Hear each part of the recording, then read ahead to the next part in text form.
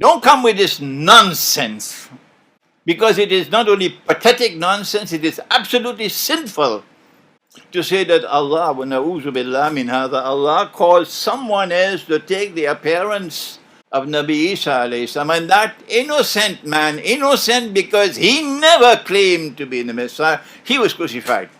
When a Muslim scholar is forced to admit that Jesus died by crucifixion, you should listen. For nearly 14 centuries, the vast majority of Muslims have denied Jesus' death on the cross. The most popular view has always been some version of substitution theory, the claim that Allah miraculously disguised someone else to make him look like Jesus, and that this other person was crucified in Jesus' place. There are three main problems with the standard Islamic narrative. One, scholars, actual historians, regard Jesus' death by crucifixion as an indisputable fact of history. Two, the Quran affirms the inspiration, preservation, and authority of the Christian scriptures, and the Christian scriptures are quite clear that Jesus died by crucifixion. Three, the Islamic view portrays Allah as a cosmic trickster who deceives people about his prophets. Allah tricked people into believing that Jesus died. Fortunately, there have always been a minority of Muslims who aren't scared to point out the holes in the standard Islamic narrative. Take Sheikh Imran Hosein. In a lecture about the Quran and the Messiah, Sheikh Imran eventually discusses the crucifixion of Jesus. He begins by saying that Jesus only appeared to die, which sounds like the standard Islamic narrative. When they saw him die on the cross, they were convinced he could not have been the Messiah. What they did not know was that Allah made it appear to them that he was crucified. But then he clarifies what it really means to be crucified and what it really means to die. First, crucifixion. What's the definition of crucifixion? It is that you should die by hanging on the cross. So crucifixion isn't simply nailing someone to a cross, it's the person dying by nailing him to a cross. But what does it mean to die? What is the definition of death?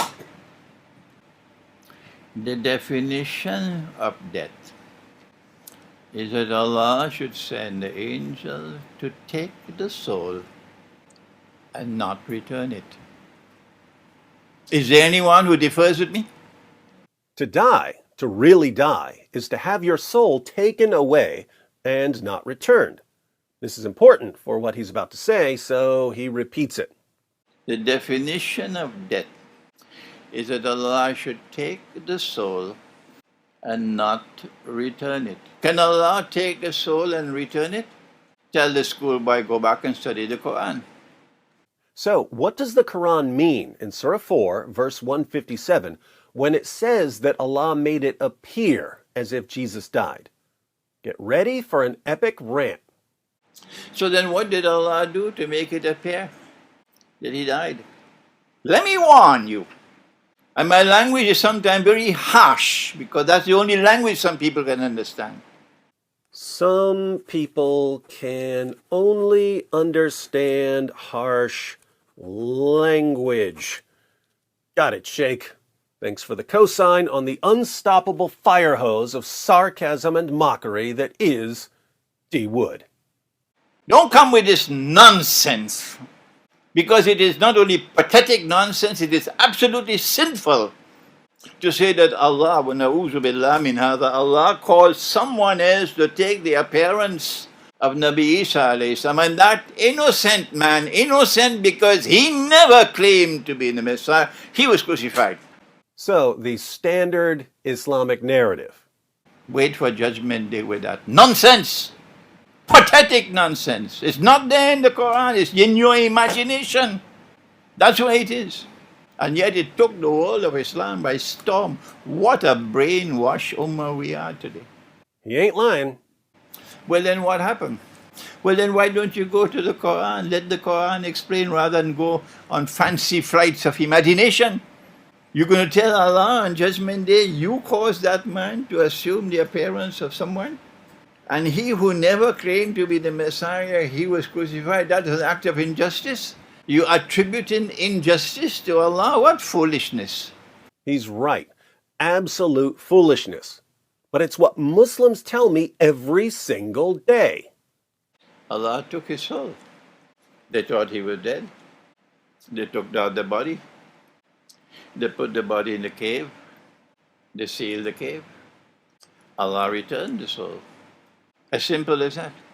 Nobody knew that the soul was returned. And Allah raised him.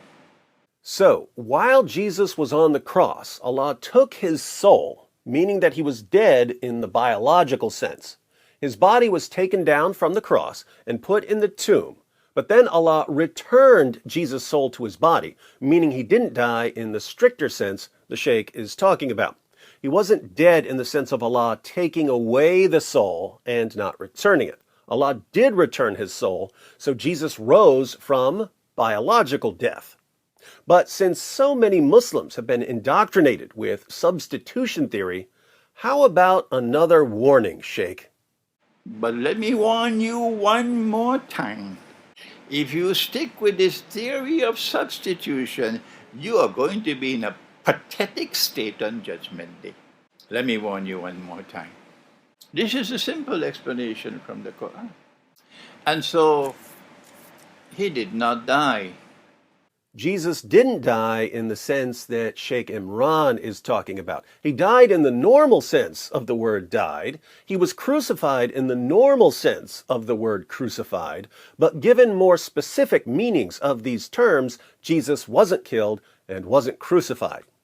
Now, it may sound as if Sheikh Imran is just playing word games here, but think about the point he's making, because he may be right about what the Quran is claiming. The Quran says nothing about Allah disguising someone else and making him look like Jesus. The Quran simply says they didn't kill him and didn't crucify him. In context, people are bragging, "We killed the Messiah, we crucified the Messiah, we got him, he's finished." And Allah's response is, "No, you didn't, and no, he isn't." Could Allah just be saying, "Look, you think that by beating Jesus and crucifying him and stabbing him through the heart with a spear and burying him, that you've killed him, but you're wrong, because I can just raise him from the dead"? Couldn't Allah simply be telling people that the enemies of Jesus didn't accomplish what they were trying to accomplish? I think this view, Sheikh Imran's view, is massively superior to the standard Islamic narrative, which rejects all of history, rejects multiple sources that Muhammad and Allah confirmed, and portrays Allah as a cosmic trickster who deceives people for no reason. But this leads to an important question, a question for Muslims.